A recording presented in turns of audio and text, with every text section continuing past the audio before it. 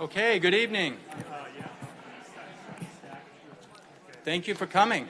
Thank you for climbing 4 flights of stairs to get here or taking the elevator. But we're very pleased that you're here. I am Rick Ostrander. I'm the Executive Director of the Michigan Christian Studies Center. Our building is not too far from here, just on 611 East William Street. Before I forget later, if you haven't done so, please make sure your cell phones are in vibrate or silent mode. You'll get an opportunity to use those later when we do our Q&A, but hopefully to send in questions, not to be answering phone calls and things like that. So make sure the phones are off. And we will be recording this event as well, so it'll be on our website later. So you don't need to record it yourself, or I guess you can take notes, but the recording will be there later as well. As you can see from the slide, our mission is to enrich the University of Michigan community by providing a place of authentic community that connects Christian faith and academic life. We do that in a number of ways, but one of which are events like this, in which we provide venues for Christians to speak into the important issues of the day, obviously politics being one of those. Before I get to introducing this event, I did want to just give a heads up to our next event, which is actually only 2 weeks from tonight. And this will be at the center, but we're starting a series, as you can see here, on human value, human limits, a Christian anthropology in modern society. And we're really excited to have Chris Brooks, who is the senior pastor at Woodside Bible Church, speaking at our first event. So before I introduce my colleague Valerie, who will be our moderator tonight, I did want to extend my thanks to Tim and Doug for being here and taking time out of very busy schedules. I actually met Tim last spring. A few people had told me about his book that I needed to read. I found out that he lived here in Ann Arbor, so I tried to find some people to introduce me, and I happened to be mentioning this to my pastor, Ty Lemke, at Grace Bible Church, and he said, "Oh, well, Tim goes to our church. I'll introduce you." So we were able to get introduced in that way. And so last spring, I knew this was going to be a busy time for Tim, and I said, could you give us some date on the calendar in September that you would be able to make? And initially, he gave us a Thursday, and then it got changed to a Tuesday. So here we are. But we're really happy that we can have him here and speak with us. And then I was looking for a good conversation partner for Tim, and thought of Doug Koopman, who is at Calvin University. And he was willing to come over here from Grand Rapids, take time away from his teaching schedule. I think you have to get back to teach tomorrow over in Grand Rapids. And so we're grateful that he's here as well. And for my colleague Valerie, who's willing to moderate a session on religion and politics. That takes a lot of courage these days, so thank you, Valerie. So Valerie is the Senior Manager of Strategic Partnerships for the Advanced Program here at the University of Michigan. She has worked here at U of M for over 20 years in various capacities. So we're very grateful that she's willing to moderate our event this evening. So I'll turn things over to Valerie. So, Valerie?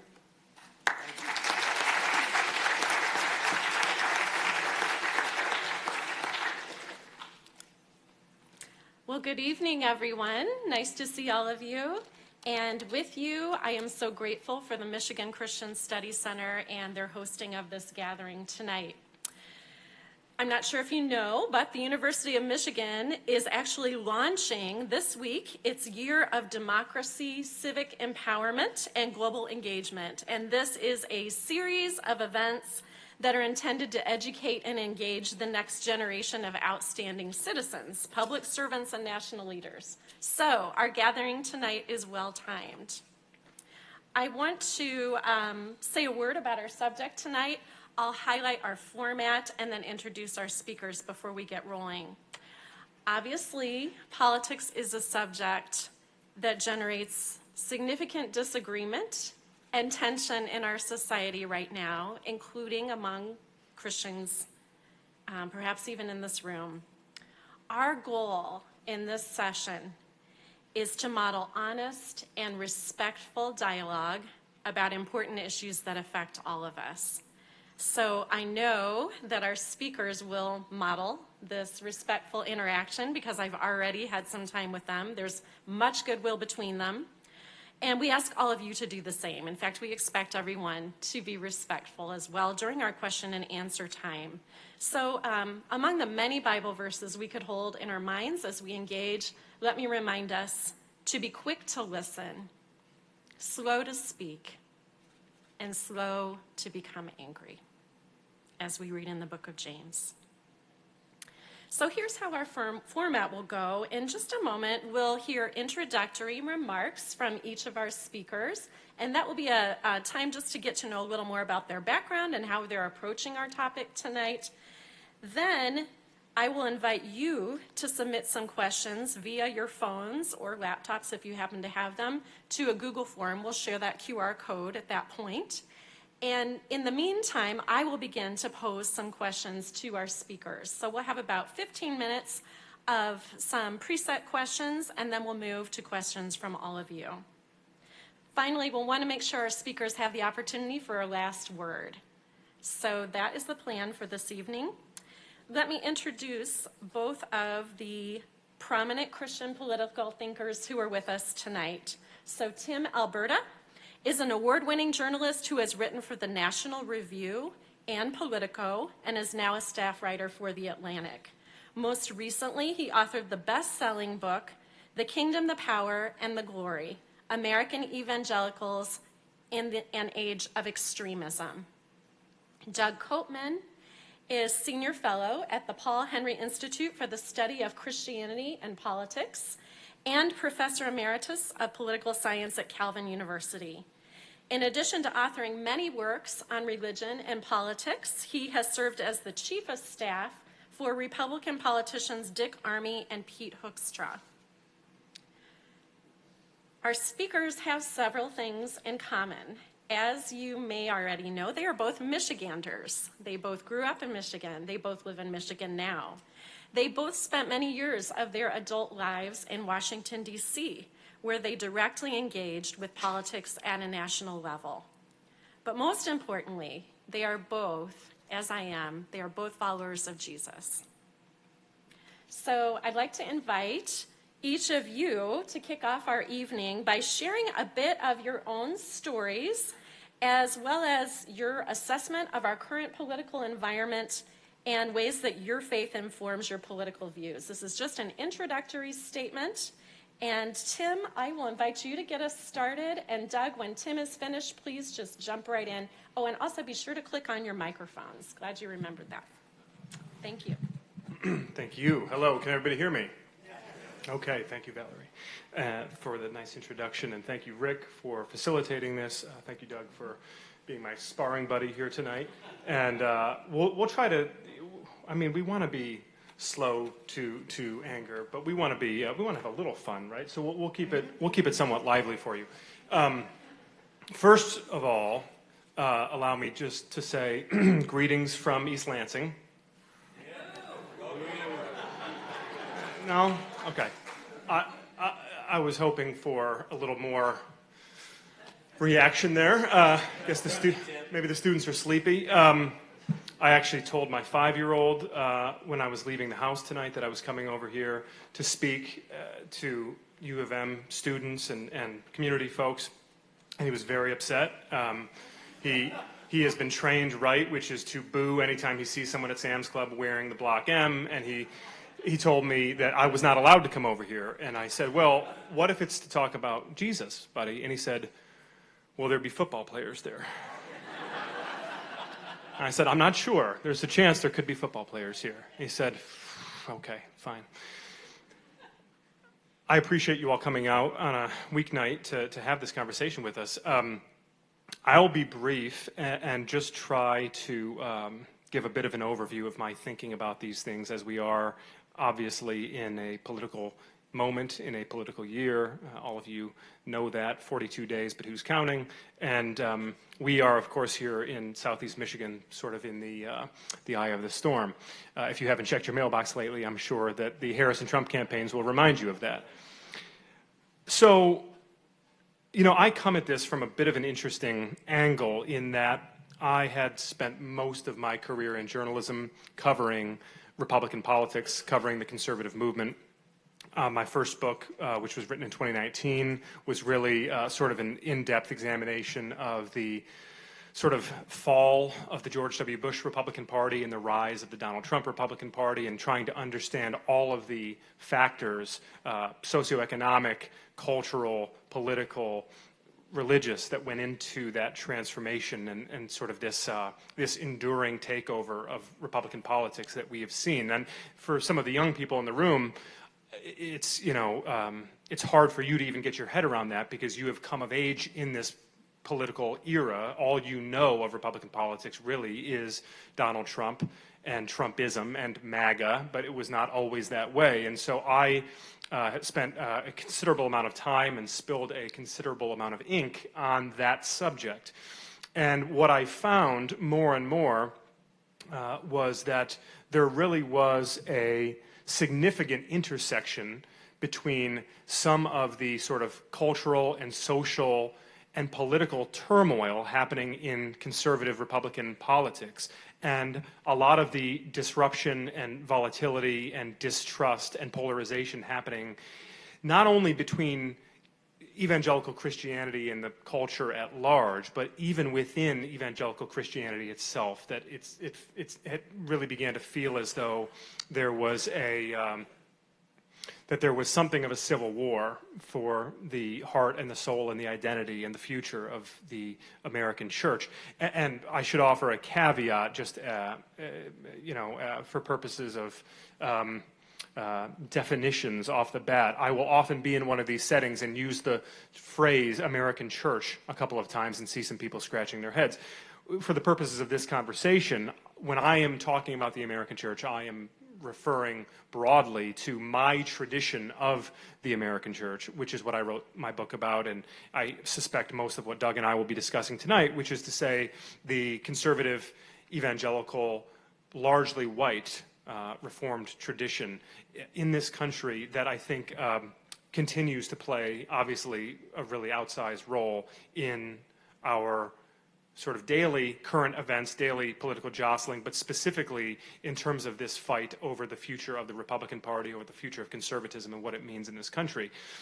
And all of that is a long way of saying that as I began to dig a little bit deeper and really try to understand the root causes of some of this discontent and some of this volatility, to use that word again that I used earlier, happening within the American right, I was returned time and again to some of these problems happening in the church, in my faith community, at a macro level, but also very, very narrowly, very down to the micro level in my own home church where I grew up. I grew up in Brighton, 30 minutes from here. My dad was the senior pastor of a pretty large evangelical church. That's where I was raised. It's where I took first dates. It's where I worked as a janitor when I was going to community college. It's where I did my homework after school. The church was very much a part of my home and will really forever be a big part of my identity.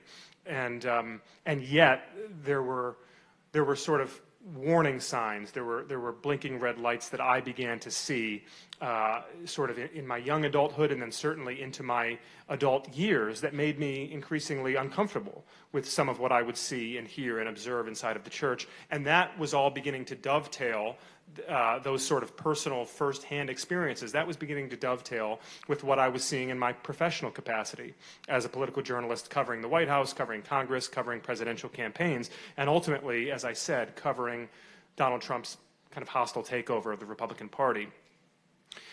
All of which brought me to a place 4 or 5 years ago where I was thinking about all of this and feeling more and more compelled to write about it. And then, as I explain in the prologue of the book, due to a sort of series of personal tragedies, including the loss of my father very unexpectedly, I felt as though I was being led, I was being called in that moment to finally put this on paper and to try to do the work, not just opining, not just hot-taking, but actually doing the work of traveling the country, visiting hundreds of churches, sitting down with pastors and with lay leaders and with congregants, big churches, small churches, urban, rural, everything in between, and try to understand what was happening in the church and really to understand how what was happening in the church was upstream, in some sense, from a lot of this chaos and confusion and ugliness, if I can say it plainly, that we have seen in certain quarters of the American right. whether that's anything I've documented in the book, which I know some of you have read, or the things that we've seen even just in the past couple of weeks about migrants in Ohio supposedly eating pets, and people willing to sort of pick that up and run with it. There's an underlying sickness here, and I think, if I may humbly suggest some prognosis of it, not the prognosis, it's to say that as Christians, we are called to order our identity, and to order our identity in a rigid and uncompromising way. What I mean by that is that ultimately, if your citizenship is in heaven, and ultimately, if you are called first and foremost to love the Lord your God with all your heart and all your mind and all your soul and all your strength, and then also to love your neighbor as yourself. And that in fact, these are not two separate commandments, but one, because to love your neighbor as yourself is to love the Lord your God. That way, if in fact that is your mandate, and if you are commissioned to take the gospel to the ends of the earth and to make disciples of all the nations, then every other identity you have, every cultural, social, economic, tribal, partisan, political identity must be secondary. And it can't be a close call. One of the best ways I can try to describe this is, and it's not to pick on him, but it comes to mind as a particularly vivid example. I had spent some time over the years covering the former Vice President Mike Pence, who is himself a born-again Christian, and someone who on certain occasions I have defended quite vigorously, and on other occasions have, let's just say, we've had some disagreements. And I take no particular pleasure in having to write some of the things about the former Vice President that I did. But we've had a very spirited relationship over the years. And one of the things that was always very striking to me about Pence is that when he would introduce himself at a political rally, especially if there was a new audience or some folks that he didn't necessarily know or didn't necessarily know him all that well, particularly once Trump added him to the ticket in 2016, he would always introduce himself by saying, "I'm Mike Pence, and I'm a Christian, a conservative, and a Republican, in that order." He would do his radio baritone. And it was very striking because Pence had built his political career around that ordering of his identities, and he wanted everyone to know it. And I think the problem that some people who had known Pence for a very long time began to encounter during the Trump years was that there were certain occasions on which it became very problematic when Christian was no longer ahead of conservative and certainly no longer ahead of Republican. As one example, and this got a lot of attention at the time, some of you may recall, but during the 2020 Republican convention, when then Vice President Pence was renominated to be Vice President of the United States, in his acceptance speech, globally televised, tens of millions of people around the world watching this man who had, again, that night introduced himself as a Christian, a conservative, and a Republican in that order. Pence intentionally bastardized scripture in that speech and took from the letter to the Hebrews the line that says to fix our eyes on the author and perfecter of our faith. He instead said, let's fix our eyes on Old Glory, and went on to sort of spin a patriotic paean out of that phraseology in the book of Hebrews, which was rightly called out by many people at the time as nothing short of blasphemous. Because you see, to fix your eyes, any of you who have spent time in Scripture, to fix your eyes or to fasten your eyes, that verbiology is used repeatedly, and especially in the context of New Testament writings, it is almost always about Jesus. It is to fix your eyes on Jesus. When Paul writes in 2 Corinthians 4 about that we are to fix our eyes on what we can't see, you read that for the first time and you say, huh? Fix your eyes on what you cannot see, because what you cannot see is eternal, right? What you can see is temporary, Paul says, but what you can't see is eternal.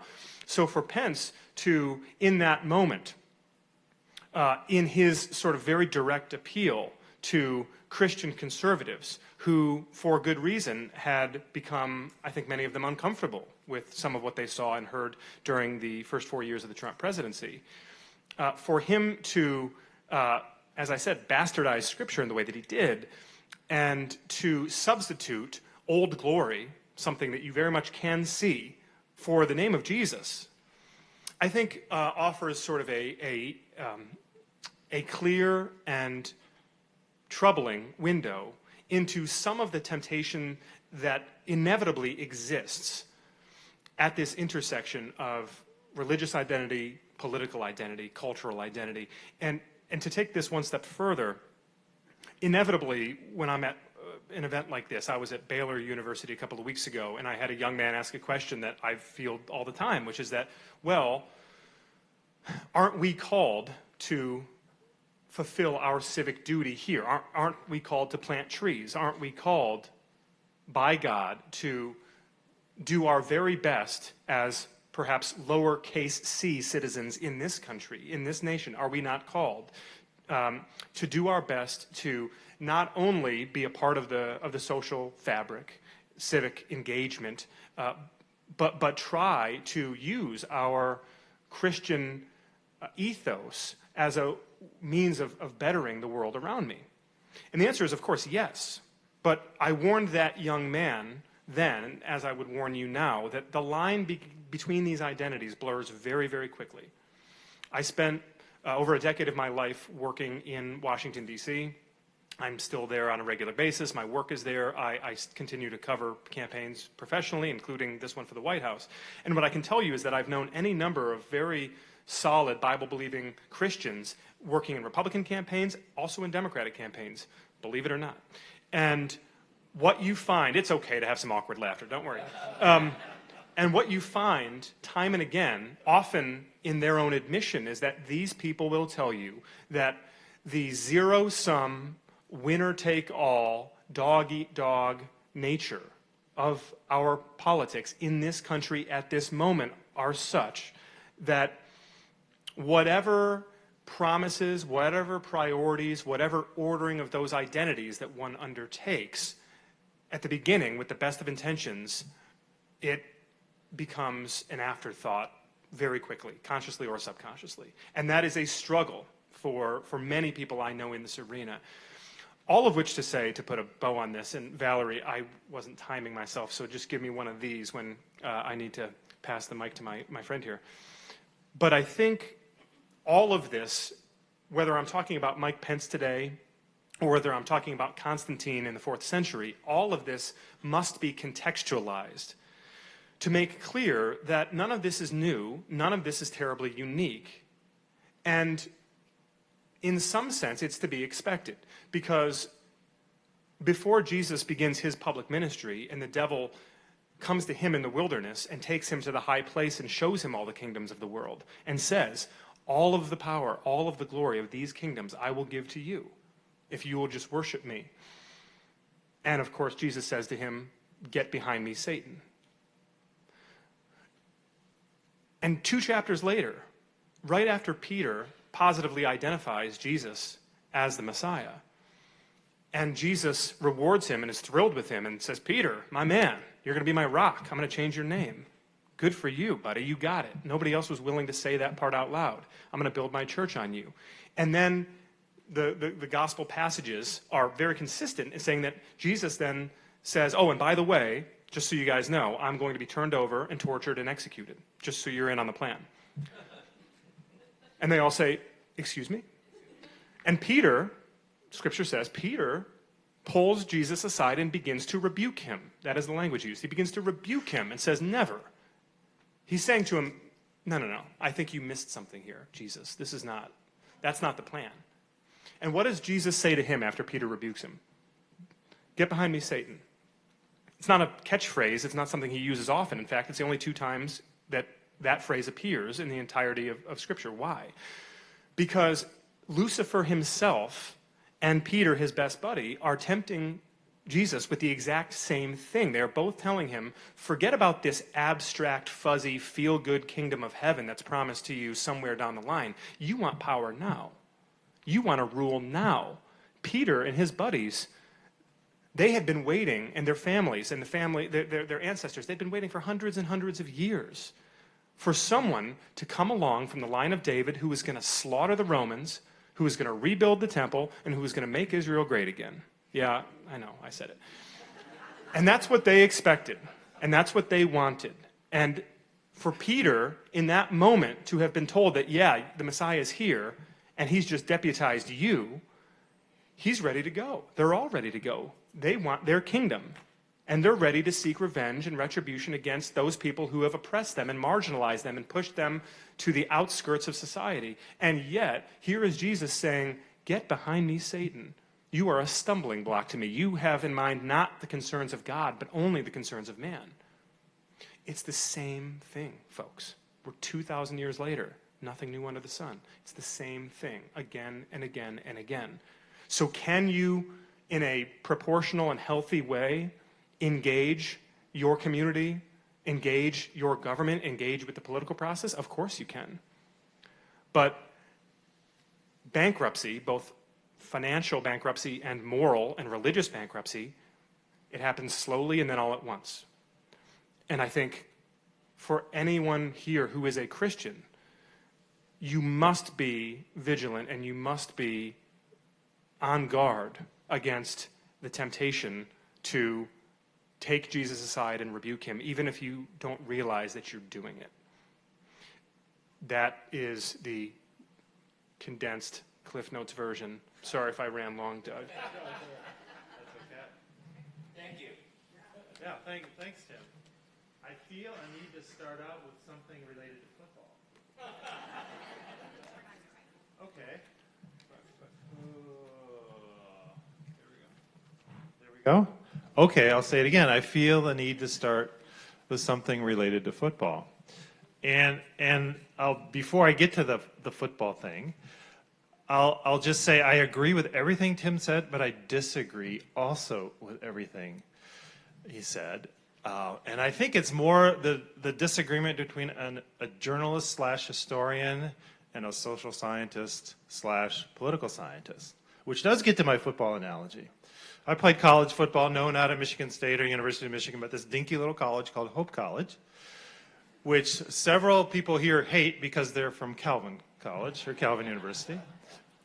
I've been a professor at Calvin for a long time, and I think I probably could have been Calvin's president, but I never took the blood transfusion required from Hope graduates who teach at Calvin, and they have to admit that they were wrong in that choice. And sort of the confessional status of attending the university is far more important than other confessional status issues, I think, right now.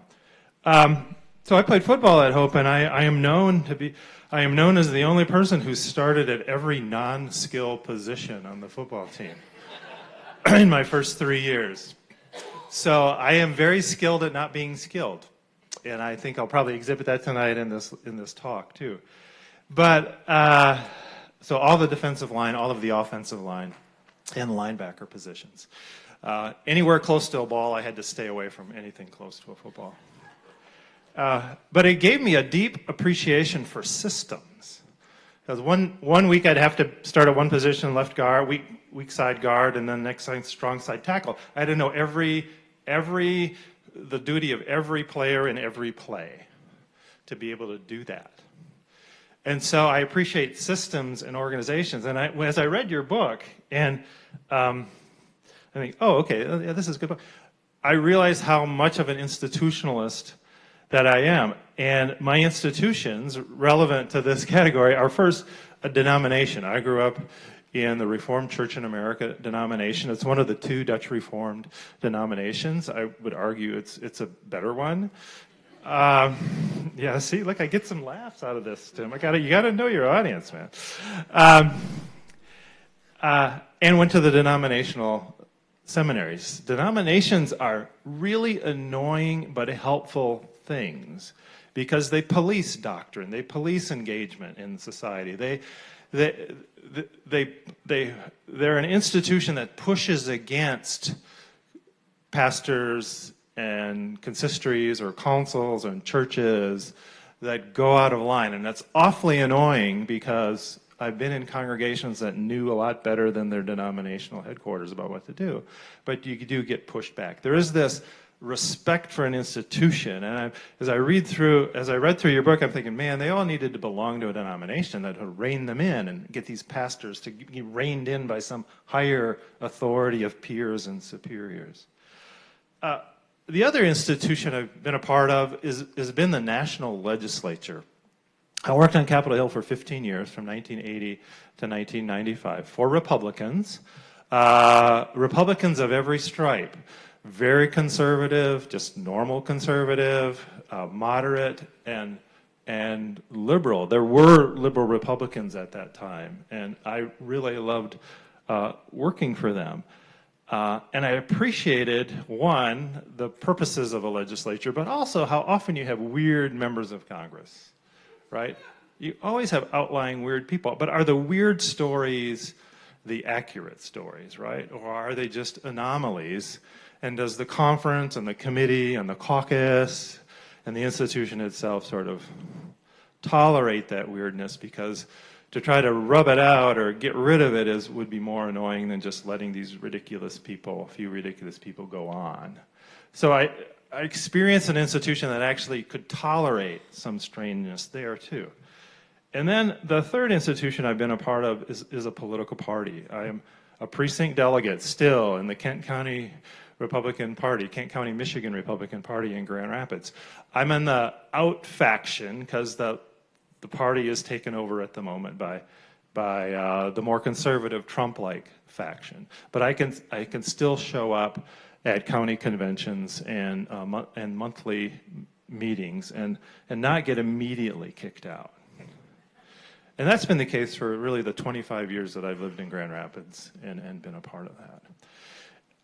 And so I look at all of these institutions, the American political parties, and I think, their most essential core is at the local level. Really, the Michigan Republican Party is 83 county parties. Some of them are fine, many of them are not. And they're also incredibly easy to enter into, both the Democratic parties and the Republican parties in any state, and including in this state. Every county party wants more precinct delegates, and you could be one if you would like to be one that way. And within that mix, there's always some unusual people. There's always outliers and strange people. There are always people you would never invite to your house for dinner. And there are always people who would never invite you to your house for dinner. But that's the way it is. It's a weird, and those political parties bring in unusual people, and some of them temper their enthusiasm, become pretty regular folks. Some get frustrated and leave, and that's really what the American political system does, and often our religious system does, is that when people engage, some of them burn out, some of them give up and quit. A few of them stay around and cause trouble. But I find myself trusting these institutions to work well enough that our American political system will be fine. And even in my party, in my locality, I am not a Trump Republican, but you're already seeing the old regulars and the new Trump people try an uneasy truce or an uneasy working relationship, and that over time, I think most of these things will work out. So I just trust all these institutions to do well enough to keep going and persevere, and that really nothing that could happen in the American political system. I guess this is more of a hope than a confidence. Nothing could happen in the American political system will fundamentally destroy these institutions. Even a Trump re-election for some, or even a Harris re-election for other people. So I do have this sense of confidence and trust. I think partly based on experience, but also partly my Christian hope, that the system will persevere, we will persevere, and we will get through these things. I do have a couple of places that I am worried about. The other thing about being a social scientist and a political scientist, let me just talk quickly about Christian nationalism. I think it's a serious thing. But social scientists, political scientists say, well, how big is it? How do you distinguish it from things that are close to it, like pretty healthy patriotism or pretty healthy political involvement or pretty healthy Christian faith applied to personal system?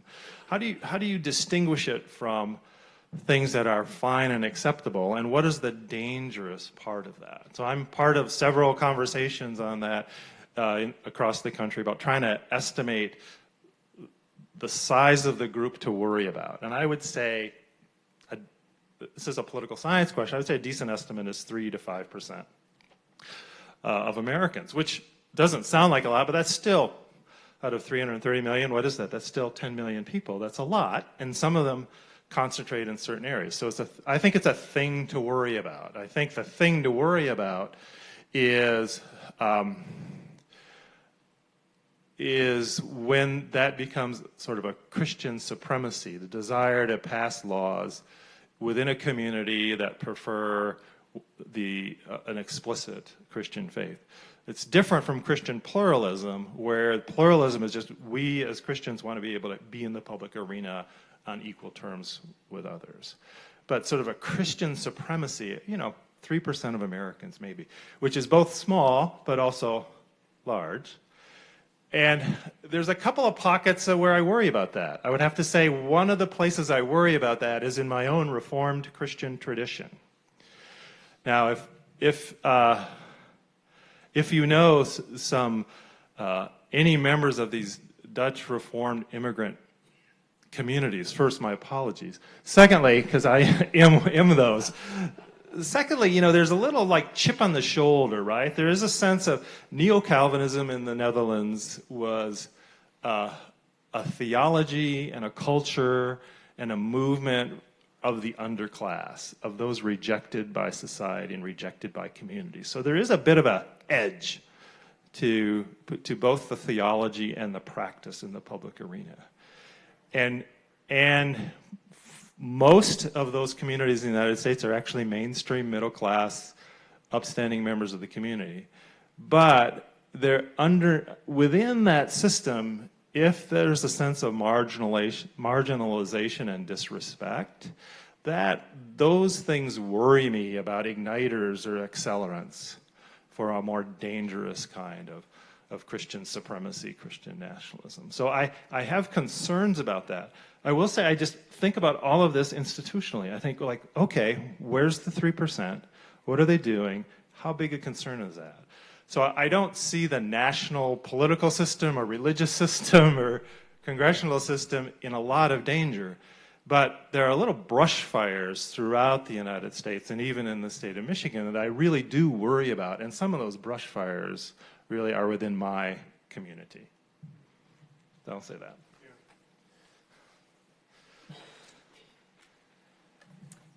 All right, thank you, both of you. Yes, let's give them a hand.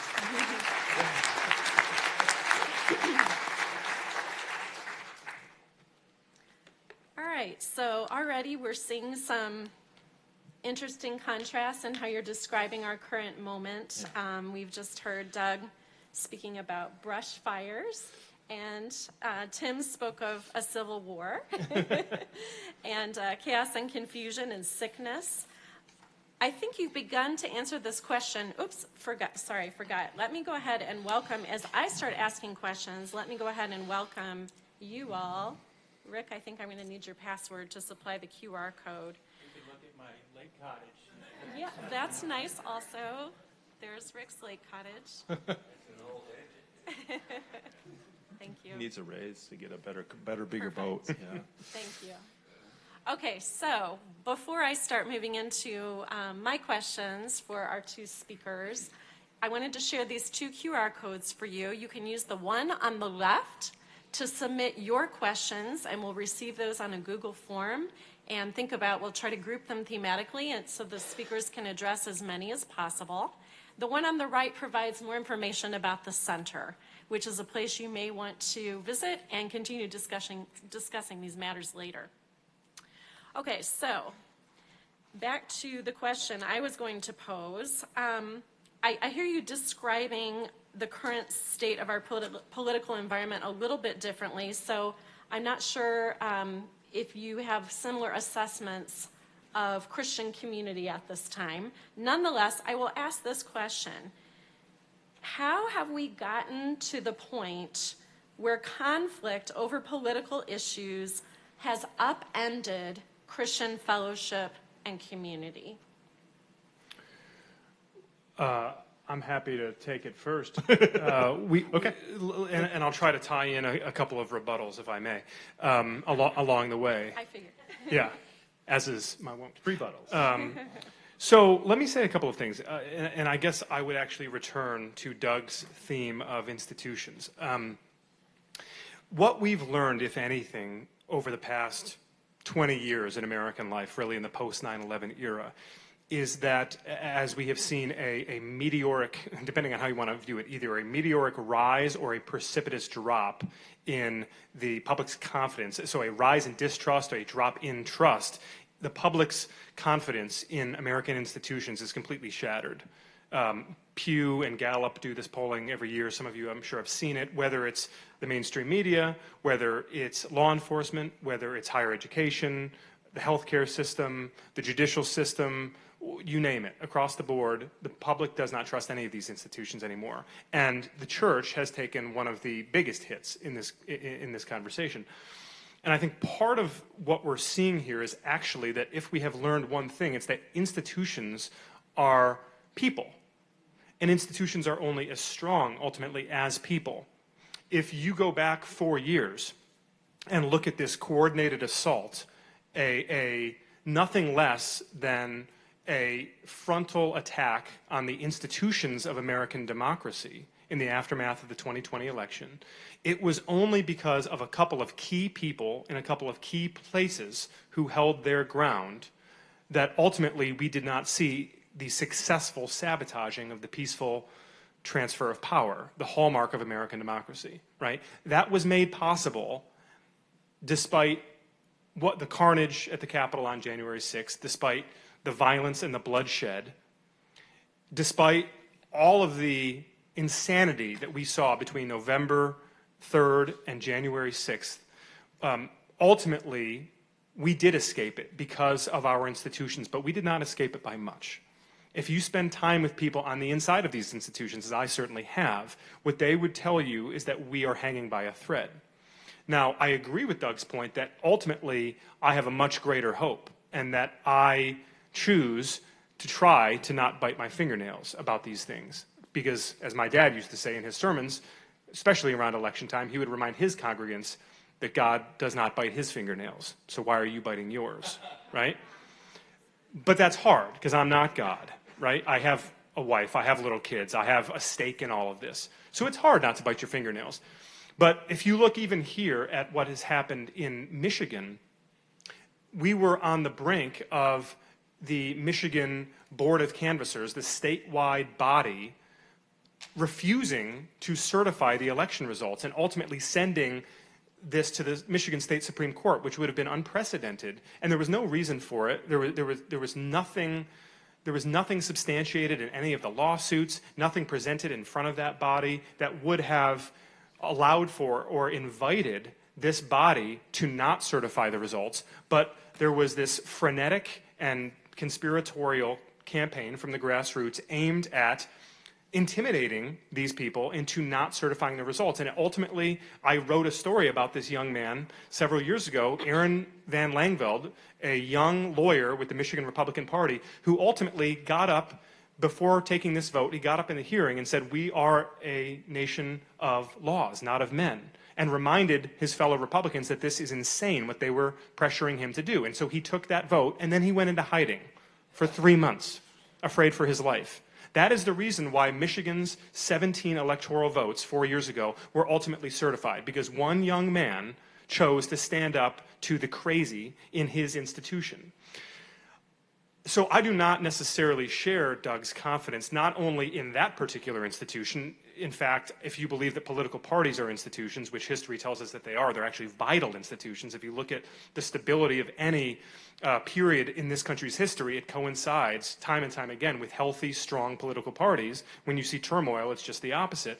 What we are seeing now is nothing less than the wholesale destruction of the Republican Party as an institution. That is my view from the inside out, having reported on all of it. What I think more specifically to your question, Valerie, is that one of the root causes of this ongoing dysfunction in the body of believers is actually the unraveling of institutions. Whether that's the Southern Baptist Convention, the largest Protestant denomination in America, running Russell Moore out because he had the audacity to advocate for racial reconciliation and to argue that there should be investigations into people who had systematically abused and preyed upon young women and then covered it up using church resources. That makes him a heretic, right? Or if Liberty University, the largest Christian school at the time in the nation, with a multi-billion-dollar endowment and a campus that is the envy of most Big Ten universities, and their president and his wife are running around with a pool boy in Miami, I could go down the list of the Christian institutions that have been destabilized, that have been humiliated, and who have bled their credibility over the past decade plus. And what you see time and again when you're surveying the wreckage in these situations is that when you talk to people on the inside, they will tell you that, to Doug's point again, the vast majority of people on the inside, they weren't crazy. They were actually normal, healthy people who had their stuff together and who wanted to sort of keep this thing on the tracks, but they were cowed by a loud and disruptive and sometimes violent majority. And that is the story of institutions in American life writ large, and it is certainly, I think, the story of Christian institutions.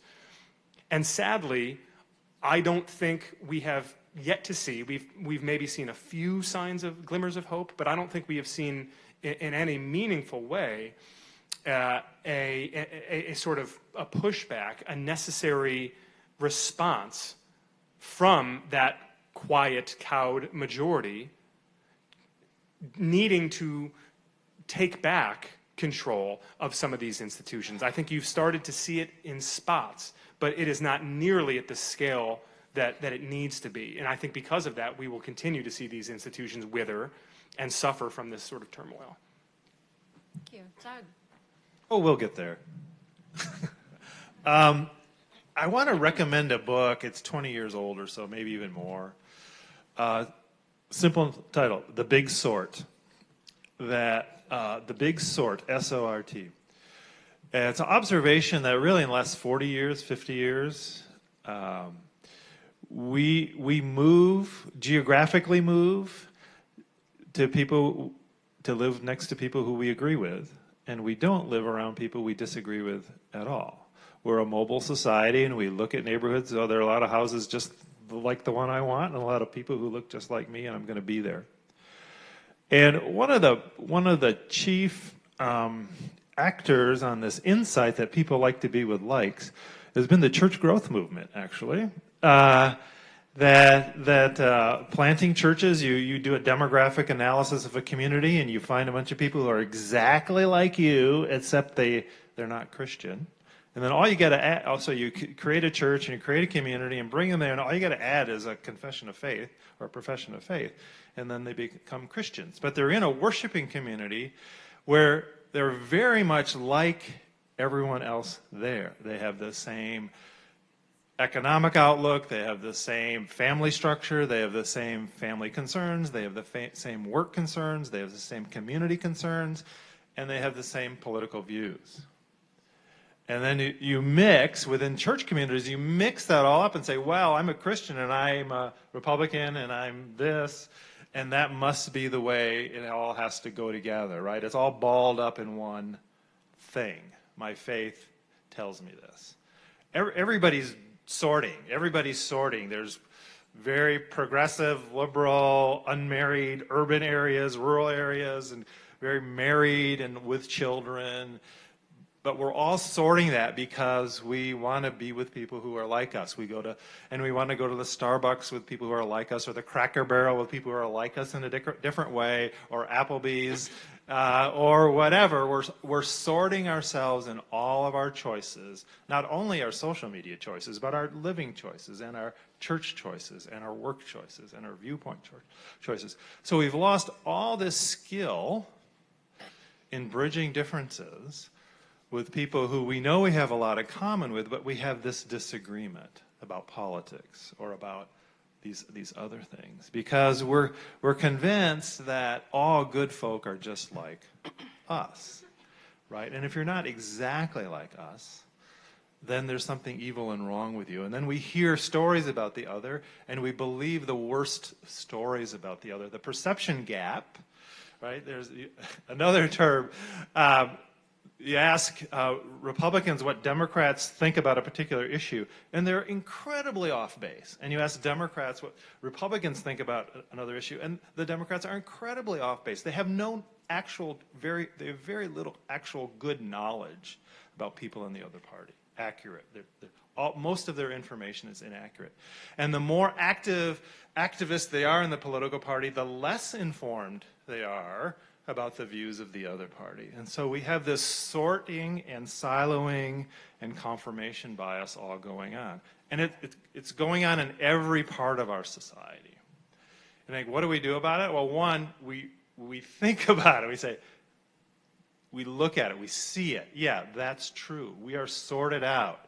We had a Republican Party that had a moderate wing, and that's probably nearly all gone. We had a Democrat Party that had a conservative wing, and the white Southerners, and that's nearly all gone. It's gone, and it's going away in our politics, and it goes away in our churches, and it goes away in our communities, and it even goes away in our coffee shops and our grocery stores, going away.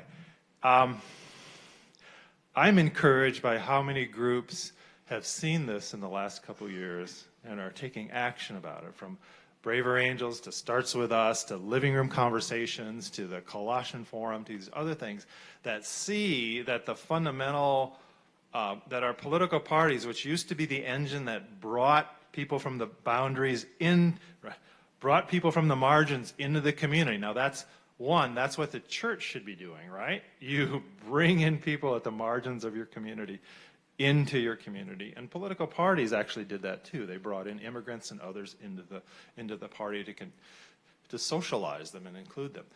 That is missing from almost every entity in the United States today. But there are ways to compensate for that. There are ways to name it bridge building and to start doing it. And I'm actually pretty encouraged about all the groups doing that, because I think the fact that that's going on is really pretty obvious. It's going on. So I'm encouraged. We're not going to fix it in 42 days for sure. Maybe 4 years and 42 days. All right, so building upon what you both just said, I'm hearing Tim speak to the unraveling of Christian institutions, and Doug, I hear you more hopeful about what institutions might do if we can redevelop the skill in bridging differences. And you mentioned already, you cited some positive examples, but lest we all go home wringing our hands in despair, I am going to ask us to hover there for a moment. How have you seen churches or denominations, Christian organizations, even Christian politicians do well at bridging differences in engaging in the political arena? We need some positive examples here. No, I don't want to go there yet. It really is awful. Okay. It really is awful. Okay. I mean, the comeback, it's like Dan Campbell's first year as a Lion. You can see evidence that they're going to be a little bit better, but they're still awful. in a couple years will be this year's Detroit Lions. Listen, It's still very bad. I could cite some positive examples. Okay, no, good. There's good news and bad news, right? The good news is that I can cite some positive examples. I think maybe the bad news is that I'm going to go back a couple thousand years to do it.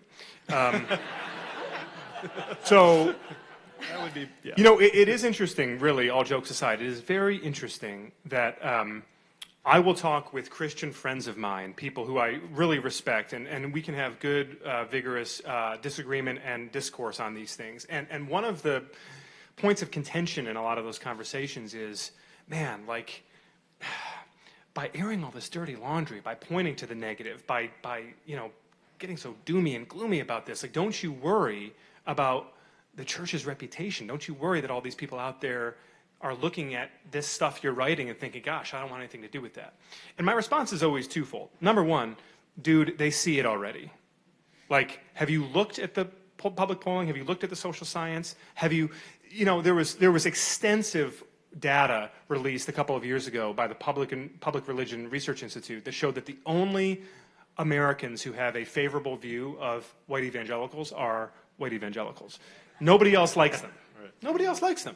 So, like, what are we trying to protect? The second thing, more to the point that I was making a minute ago, is that it's really interesting. Can you imagine the early church councils looking at some of Paul's writings? Can you imagine some of the conversations around, boy, oh boy, if we are trying to convince the world about the transformational power of Christ, maybe we just edit this line out. Maybe we just do without some of this about the sex and the incest and the, you know, that stuff. Like, it's not terribly compelling as a brochure to try to attract people to church, right? And actually, what you get from Paul's writings to these early churches that were in, some of them, utter dysfunction and despair and were in almost a state of civil war themselves, is what you see is a model towards reconciliation. What you see is a model towards subjugating those secondary identities and finding your primal identity in Christ, your primary identity, in Christ and in Christ alone, that there is no Jew or Gentile, there is no slave or free, there is no Jew or Greek. I mean, those are radical words by first century standards, right? And yet, this division, this tribal animosity that animated so much of the early church was ultimately resolved by, you want to talk about strong institutions, I mean, Paul and Peter, among others, they ruled with a little bit of an iron fist. They let these folks have it when they deserved it, and often they did deserve it. So I actually think that it's not answering your question in a contemporaneous way necessarily, but I do think that we actually have a really good biblical blueprint for what this thing that Doug is describing actually looks like. Again, I think the problem, to his point about sorting, is that it requires one to go way outside of the comfort zone to have a lot of these conversations, right? Let me just put it this way. I grew up 30 minutes from here in a church where it was not uncommon to hear Ann Arbor referred to as Sodom and Gomorrah, okay?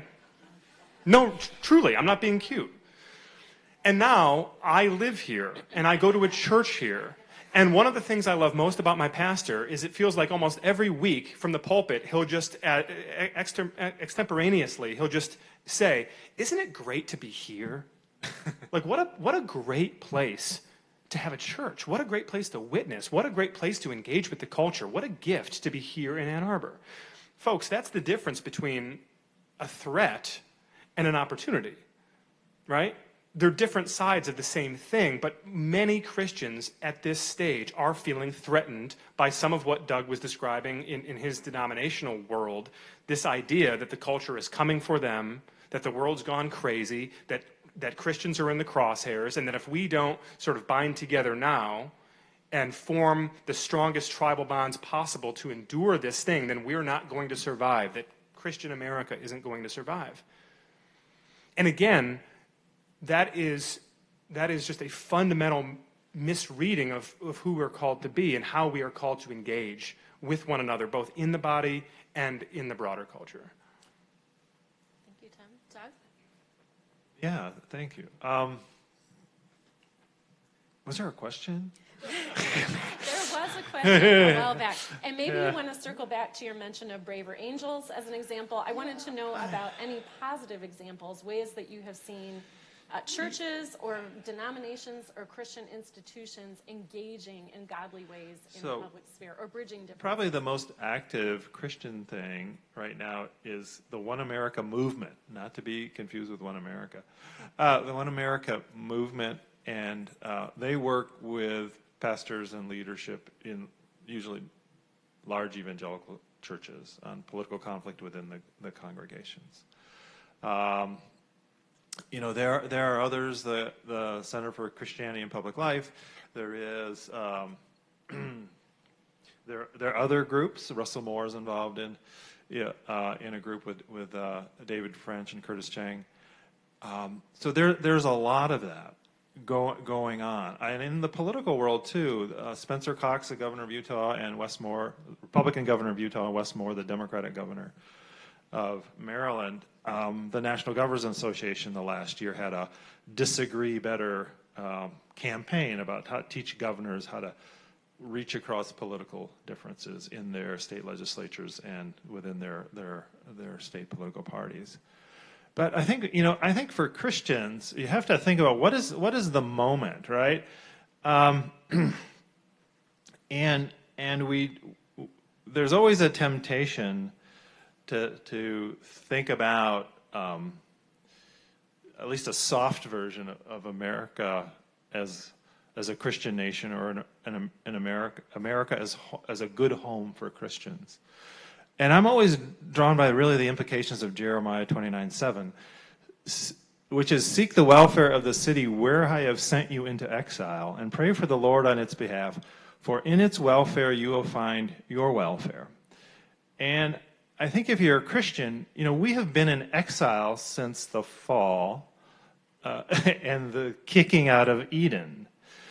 We're always in exile. We are in exile. We are sojourners and strangers in the United States of America. It's not a bad thing. We can have an enjoyable time. But fundamentally, if we actually think our home is in heaven, or whatever your theology gets you, we are never going to be at home here. We are in exile, in some sense, in the United States of America. And our fundamental job is not to stop being in exile, but our fundamental job is to work for the welfare of this country. And the thing that this country needs now is learning how to resolve its differences peacefully and to stop being so affectively polarized. It's not about having a safe Christian community. We have to go right at the problem, our inability to love someone who disagrees, who we think is fundamentally wrong. That's what and we can do that. That's a simple thing to do. You just pick the person down your street who most annoys you, and you invite him over for coffee or a beer and ask him, what's going on? How have you come to think the way you think? It's an easy thing to do. But that's, to me, what we're called to do. But will they come if they see that political yard sign in your front lot? Well, I'm being dead serious. I'm not being cheeky. I might put the yard sign away for a little while. No, really, right? Like, Yeah, I think that's part of the challenge, right? Thank you. All right. So, Rick and Heidi, I know you've been collecting questions over there. What do you have for us? Well, first, let me acknowledge that there are a number of questions, and we won't be able to get to all of them, but we'll provide them to our speakers so they will see some of the things that you were thinking about. I also will have the disclosure that many of the questions overlapped in nature, but I'm going to read the question verbatim, so it is not my words, but the words of the person asking the question. The first question is this: as a Christian and a young person, I feel politically abandoned in this current state of American politics. People constantly talk about the zero-sum game of voting for political parties. However, I don't want to compromise on my faith or personal values just to pick the, quote, lesser of the two evils, unquote. What would you suggest for the younger generations of Christians who feel politically apathetic during these times? Don't. Hold on. Let me say don't to the previous clause. the question being not about apathy, but the question being, how do I avoid compromising my beliefs? Don't. You know, there's been this hullabaloo for the last couple of months on the right, particularly in evangelical circles, social conservative circles, around Republicans stripping the platform this summer of some of its traditional pro-life language, of Donald Trump and J.D. Vance seemingly going out of their way to sort of antagonize pro-lifers, and because, of course, they recognize that this campaign will ultimately be decided by about 150,000 people in about 15 counties, most of whom are suburbanites, outside of Detroit, outside of Wisconsin, Philly, Phoenix, Vegas, Atlanta. What you see, of course, in all of the focus grouping, all of the data, public and private, is that abortion is a huge issue for a lot of these suburban women, college-educated, affluent, two-car garage demographic, and you're looking at these women from the Trump campaign vantage point saying we can't afford to antagonize them, we can't afford to alienate them by towing this traditional pro-life line. And so not only have they not done that, but they have sort of drifted even further away from it. And I was having this conversation with some young journalists who I mentor in Washington recently. A couple of them were trying to write on this subject, and they said, why do you think that Trump and Vance are doing this? And I said, well, because they can. Because they know that most of those people are going to wind up, they're going to vote for them anyway, right? When you come to view politics as a fundamentally binary game, as this dichotomy, this zero-sum decision, you will find politicians and elected officials and people in positions of power and influence, they will continually push and push and push to see what they can get away with, and then they'll keep pushing some more. They are not there to meet you where they're at necessarily, where you are at necessarily. Rather, there is sort of a cost-benefit analysis run on what is the sort of largest number of voters that can be appealed to here, and if that means sort of discarding the rest of them, we will do so, especially if we believe that those people are already so bought in that they're going to vote for us anyway. And that is what we have seen in both parties. I think it has become particularly prevalent on the right, and I think the consequences are profound. If you take the abortion issue alone, think about the fact that for 50 years, you have had single-issue pro-life voters in this country systematically convinced that if you care about abortion, your best bet to affect any sort of change in this country is politics. Because if you don't vote in a presidential election, then you don't have sway over the Supreme Court. And if you don't have the Supreme Court, then you can't overturn Roe v. Wade. And if you don't overturn Roe v. Wade, then we're going to see abortion rates continue to go up and up and up. So for 50 years, people are programmed this way, first with abortion as sort of this gateway drug to sort of enlist with its tribal membership in the Republican Party, and then you begin to view, well, my guys are good on abortion, they're evil, and therefore you begin more and more, you become more and more comfortable viewing a lot of these issues as good versus evil, as spiritual warfare and political warfare being one and the same. And you get to a place where even once Donald Trump and J.D. Vance have given the middle finger to the pro-life movement, many people say, well, sure, but there's still the lesser of two evils because X, Y, and Z. But here's the thing to hang on for just a second. After 50 years of political engagement, after 50 years of this dog chasing the car with Roe v. Wade, the Dobbs decision strikes it down to great fanfare, right? And what is the result? More abortion in America. Statistically, more abortion in America. And you see, state by state, voter by voter, ballot initiative by ballot initiative, the numbers on this are completely remarkable. The pro-life movement has, for all intents and purposes, lost the debate here. And they've lost because they viewed it as a political debate first and foremost. Not as an ethical debate, not as a moral debate, and not really as a religious debate, but as a political debate. And that is why it's been lost. If there was a fraction of the time and the energy and resources put into the hard work on the ground, like was done in the civil rights movement, to try to win hearts and minds, to try to affect policy change. Do you know how much it costs to adopt a baby in this country? $30,000, $40,000, $50,000? Why is it that we tend to take this lazy, lowest common denominator view of a problem like abortion and think about it in these very narrow, partisan, tribal terms, but not step back and think about it holistically whatsoever? That is one of the great tricks that has been played on many voters. And by the way, Democrats have their own tricks that they will play on their voters as well. So it's not like either party has sort of cornered the market on the deception here. But if, in fact, you oppose abortion because humanity is made in the image of God, and it is a moral, ethical, spiritual issue, then why have you pushed all of your eggs into the political basket? To the young voter asking that question, I would challenge you, if you are sort of despairing and disillusioned because you don't view either of these parties as reflecting your values, then why would you give either of these parties your vote? Do something about it.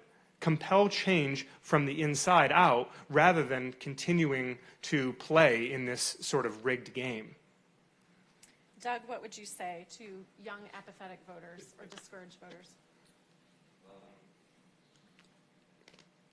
Yeah, I would say I got 4 or 5 comments, I think. I think they all make it a little more complicated. I would first agree with Tim. Don't give up like your fundamental goal. If that is to have no abortions, or if that is to have no gun killings, or if that is to have effective strategy towards global climate change, or if that is to have full LGBTQ inclusion, or if that is to control the borders, well, don't give up the goal at all. I would say don't give up the goal at all. But I would say about,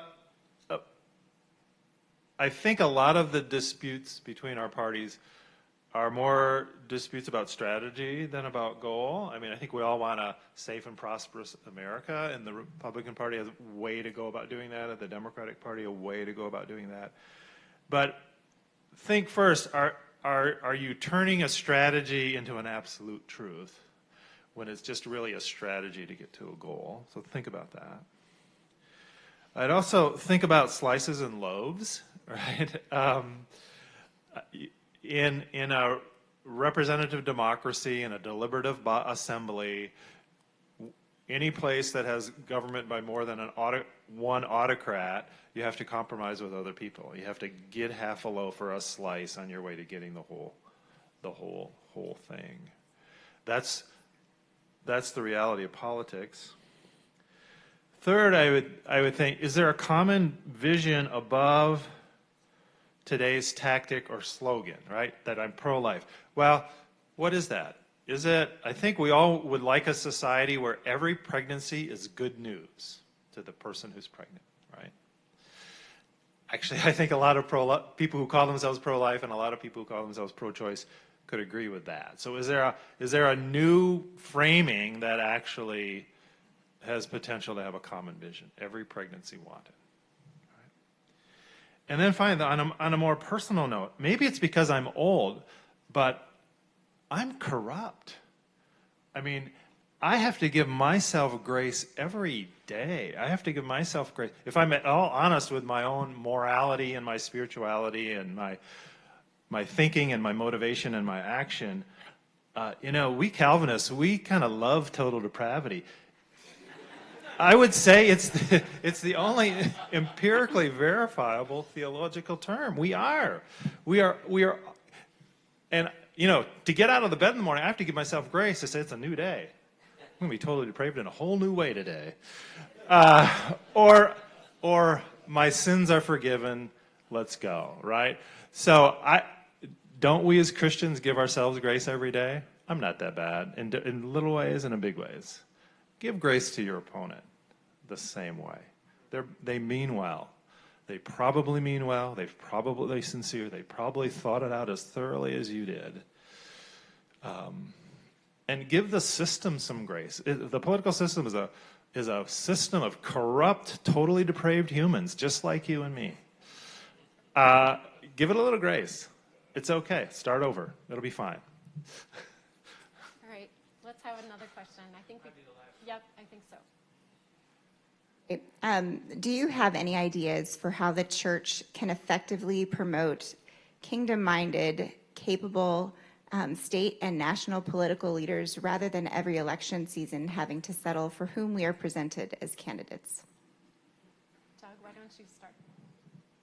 In your church, look for the man or woman who is the best problem solver, negotiator, reconciler. Tell them to run for office. Tell them you'll make a $100 contribution to their campaign.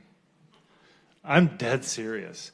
We need city councils and state legislatures and national legislatures where lawmakers actually know how to make laws, which means listening well to every side of a question, finding the common ground, and then getting people to yes. If you know someone good at that, they can be 18 years old or 88 years old, get them to run for local office. I have to admit, I shudder at the question. I really do.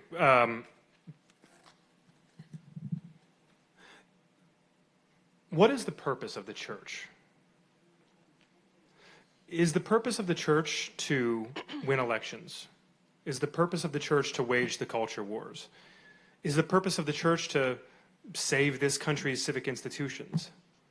The purpose of the church is none of those things. The purpose of the church is to make disciples, to take the good news of Jesus Christ to the ends of the earth.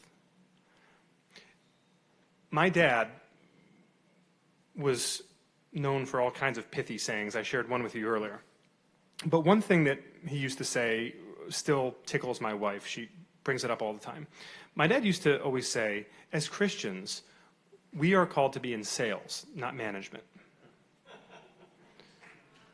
Think about what that means for a minute, right? Like, really, is your job to try to manage the community around you, the culture around you, the world around you, in the hopes that you might make that community, that culture, that world look more like Jesus? Or is your job to sell Jesus to the community around you, to the culture around you, to the world around you, to the neighbor with whom you have these seemingly unbridgeable disagreements, with the ultimate realization being that any meaningful change is going to be downstream from those individual sales jobs. In other words, you don't save the country with some sort of top-down plan hatched in big denominations and large Christian campuses, or even small ministries like the one here that Rick runs, that I'm grateful for.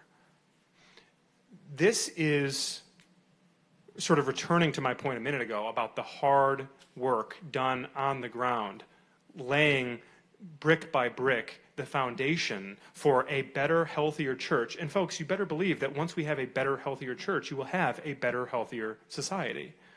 But you have to sort of get one right before you can get the other right. This is why I'm just as bothered by the political organization Evangelicals for Harris as I am Evangelicals for Trump. Maybe evangelicals should just be evangelicals for God first. Let's get that piece of it right. No, I'm serious. Maybe we get that piece of it right before we give ourselves a promotion and go around trying to solve all of these other issues. It's not to say that we can't engage, but I think the question of what role the church needs to play in trying to solve these civic and political crises is exactly the wrong question to ask, respectfully. I think until the church cleans up its own house, I think until the church ceases to be loathed by the world around it, we're not in a position to worry about any of this other stuff. I think that's our fundamental problem. All right, I am going to move us to one lightning round question. I feel sure we can do this. Oh, boy. I am looking for 1 to 2 sentences maximum from each of you. All right, it's an easy question, I promise. The question is, in your view, by what criteria should followers of Jesus make decisions about political candidates?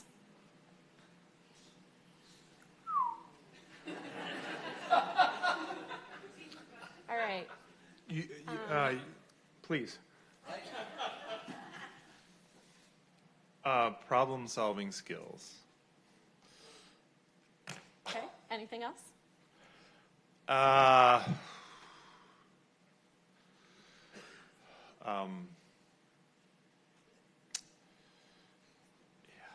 Are they the same person in public as they are in private? Integrity.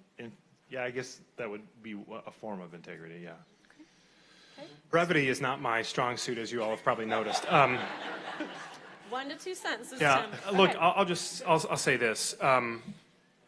The wrong question when you're leaving the ballot booth is, did I vote for the lesser of two evils? The right question is, one day when I come face to face with Jesus, how do I justify this? How do I explain this?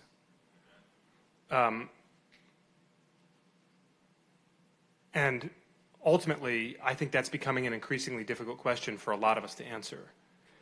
But I would just suggest that that is not something to despair over, because it points directly to Doug's point earlier, that you were intended to be exiles, that you were intended to be foreigners, that you were intended, the very people, I'm so sorry, give me one more sentence.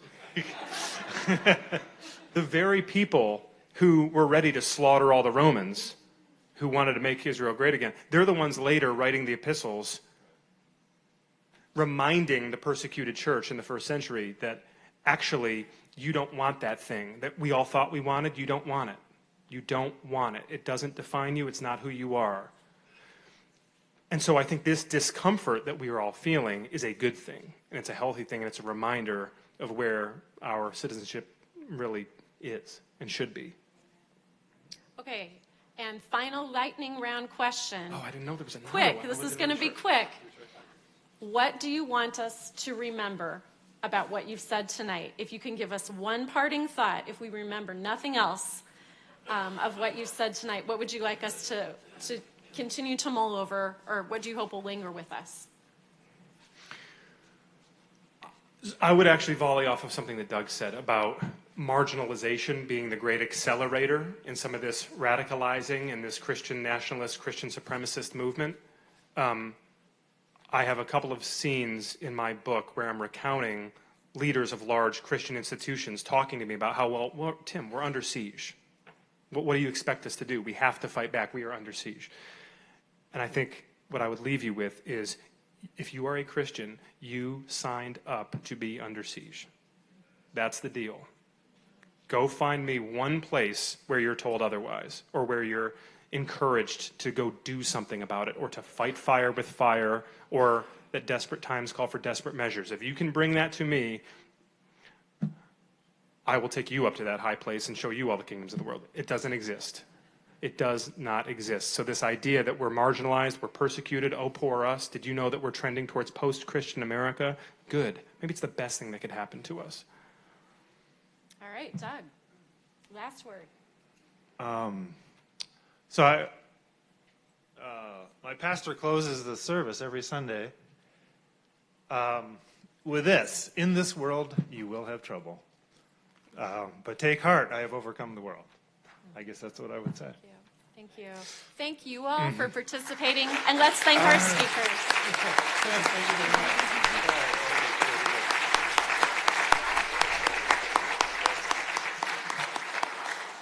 Thank you very much, and feel free to stop by the Michigan Christian Study Center.